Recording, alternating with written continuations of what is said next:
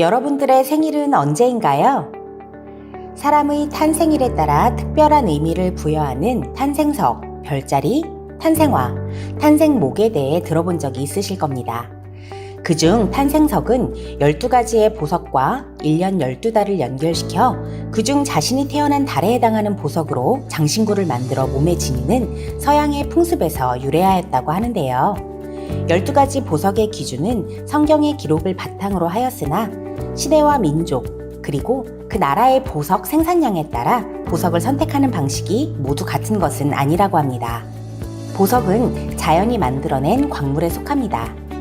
자연적으로 만들어진 광물 중 아름답고 단단하며 희소성이 있는 광물을 보석이라고 부르지요. 이 보석들은 신기하게도 인체에 좋은 영향을 주는 강한 기를 지니고 있어 이러한 이유로 사람들은 자신이 탄생한 달에 속하는 보석을 가지고 있으면 불행과 병을 물리치고 행운과 장수를 한다고 믿어왔다고 합니다. 의학 기술이 발달하지 않았던 고대 사람들은 아마도 이런 보석의 신비한 능력을 몸으로 체험하며 탄생석에 더욱 큰 의미를 부여하였을 겁니다. 그럼 1월부터 12월까지의 탄생석과 그 의미에 대해 잠시 알아보겠습니다. 1월, 가넷. 가넷은 라틴어 그라나터스에서 유래된 말로 석류를 뜻합니다. 화강암의 갈라진 틈에서 반짝이는 붉은 보석이 다닥다닥 붙어있는 것이 석류를 연상시키기 때문이라고 하며, 가넷은 우정, 진실을 의미하기에 주로 연대감을 갖기 위한 사람들이 같은 모양의 반지를 낄 때 사용한다고 합니다. 2월, 자수정. 보랏빛의 맑고 투명한 자수정은 다이아몬드, 루비, 사파이어, 에메랄드와 함께 세계 5대 보석의 하나로 손꼽히며 성실과 평화를 의미합니다. 자수정의 보랏빛은 예로부터 고귀한 색으로 여겨져 왕실의 왕관을 장식하거나 높은 신분의 성직자와 귀족의 장신구로 주로 사용되었다고 합니다. 3월, 아쿠아마린. 물을 의미하는 아쿠아, 바다를 의미하는 마린이라는 이름이 합쳐진 이 보석은 밤의 여왕이라는 별명이 있습니다. 어두운 밤에 아쿠아마린을 보면 밝게 반짝이는 것이 어두운 밤바다의 한 줄기 빛처럼 느껴지기 때문이라고 합니다. 아쿠아마린은 젊음과 행복을 의미하며 밤길에 무사와 안전을 기원하는 수호석으로 사용되었다고 합니다. 4월, 다이아몬드. 다이아몬드의 어원은 정복할 수 없다는 그리스어 아마다스에서 유래되었습니다. 그 어떤 도구로도, 심지어 불로도 다이아몬드를 깰 수 없었기 때문에 불멸의 상징, 사랑의 맹세로 여겨졌다고 하는데요. 현대에서도 다이아몬드는 결혼 예물로 가장 많이 사용하는 보석 중 하나입니다. 5월, 에메랄드.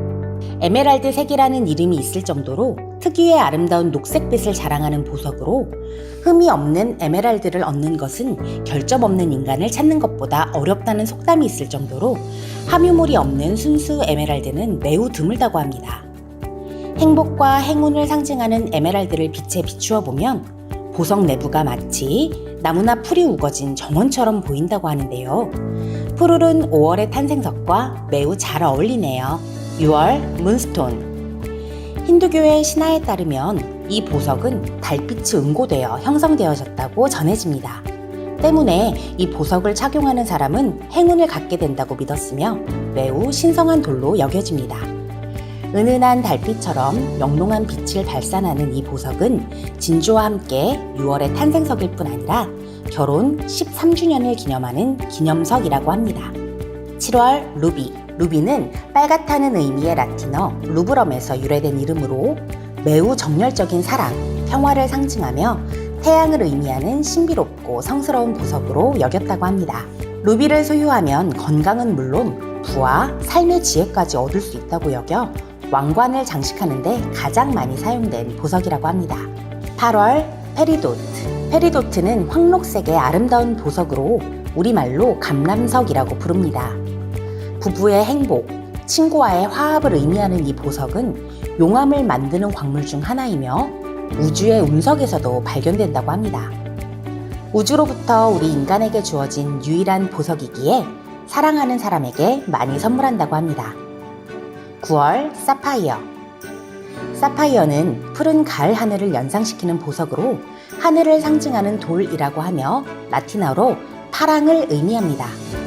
덕망과 자애, 성실과 진실의 상징으로 교회의 상징이기도 하며 로마 바티칸 교황청의 추기경들은 모두 사파이어 반지를 낄 정도로 신성한 보석이라고 합니다. 10월 오팔, 작은 무지개를 담고 있는 듯 아름다운 색을 가진 오팔은 그리스어 오팔리오스에서 온 말로 귀한 돌이라는 뜻을 가지고 있습니다. 보는 각도에 따라 색이 변화하는 색의 유희를 관찰할 수 있으며 이 현상은 오직 오팔에서만 찾아볼 수 있다고 합니다. 다른 보석과 달리 무르기에 잘 깨지는 단점은 있지만 큐피트 스톤으로 불리며 연인들의 사랑의 증표로 사용된다고 합니다. 11월 토파즈. 토파즈는 오렌지색, 갈색, 분홍색, 초록색, 파란색, 자주색 등 다양한 색이 존재하며 산출량이 아주 적은 매우 귀한 보석이라고 합니다. 건강의 돌로 알려진 토파즈는 아름다움을 상징하는 종교적 부적으로도 사용되었다고 하며 충격에 약하기에 매우 조심히 다루어야 하는 보석입니다. 12월 터키석. 행운의 보석, 신으로부터 받은 신성한 보석이라 불리우는 터키석은 성공과 승리를 약속하며 오랜 세월 동안 심령적인 돌로 알려져 주로 성직자들이 사용하여 왔다고 합니다. 매우 단단하지만 변색이 될 수도 있으므로 손을 씻거나 샤워를 할 때는 빼놓는 것이 좋다고 합니다. 12가지의 탄생석 이야기 재미있으셨나요? 반지와 팔찌는 우레탄줄의 길이만 다를 뿐 제작 방법은 동일합니다. 따라서 본 영상을 참고하여 체험을 진행해 주세요. 안녕하세요. 오늘은 은볼과 비즈를 이용하여 탄생석 반지를 만들어 보겠습니다. 가위는 별도로 준비해 주세요. 은제품은 착용하지 않으면 공기 중에 산화하여 변색할 수 있으므로 지퍼백에 넣어 보관해 주세요. 만약 변색이 되었다면 은 광택천이나 은 세척제 등을 이용해서 닦아주면 다시 원래의 색과 광택으로 돌아온답니다. 먼저 탄생석 반지의 디자인부터 잡아줄게요. 저는 3가지 디자인으로 만들어 보았는데요. 첫 번째 건 비즈로만 만들었어요. 두 번째 건 은볼 하나에 비즈 하나 번갈아 넣어 주었고요. 세 번째 건 은볼 하나에 비즈 2개 번갈아 넣어서 만들었답니다. 취향에 따라 만들어 주세요. 먼저 우레탄줄에 은볼과 비즈를 끼워 볼게요. 우레탄줄의 한쪽을 테이프로 고정시켜 놓고 하면 더 편리하답니다. 은볼 하나, 비즈 하나 번갈아 넣어주세요.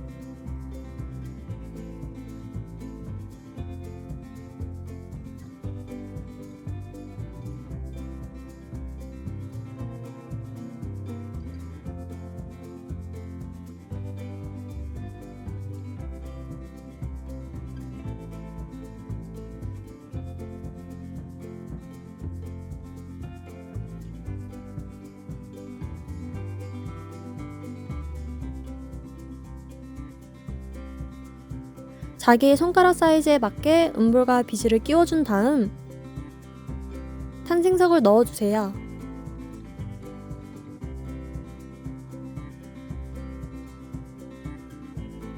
우레탄줄은 투명하고 얇기 때문에 컬러실로 먼저 설명해 드릴게요. 오른쪽 초록실을 위로 올려준 다음 평소에 매듭 짓듯이 한번 감아서 꼬아주세요. 왼쪽 초록실을 오른쪽으로 넘기면서 파란 실 위에 올려주세요. 한번 묶어서 빼주면 이런 구멍이 생기는데요. 이 구멍 사이에 초록실을 뒤에서 앞으로 넣어준 다음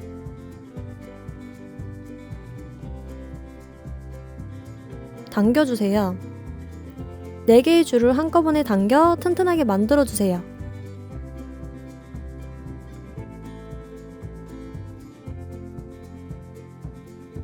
우레탄줄을 이용해서 다시 한번 보여드릴게요. 오른쪽에 잡은 우레탄줄을 위로 올려준 다음 한번 감아서 꼬아주세요. 위로 올라온 왼쪽 줄을 다시 오른쪽 줄 위로 올려서 한 바퀴 감아주세요. 중간에 구멍이 생기는데 이 구멍 사이로 오른쪽 줄을 뒤에서 앞으로 넣어준 다음 당겨주세요. 그러면 꽈배기 모양의 매듭이 생기는데요. 이 4개의 줄을 한꺼번에 잡아 당겨주세요. 끊어지지 않게 적당히 힘을 줘서 매듭이 작아질 수 있는 사이즈까지 줄여주세요. 매듭을 좀 더 튼튼하게 하시려면 순간 접착제 또는 투명 매니큐어를 발라주세요.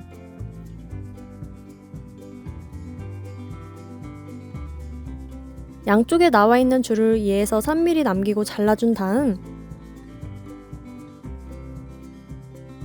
은볼의 구멍 사이로 끼워 넣어 깔끔하게 마무리해주세요.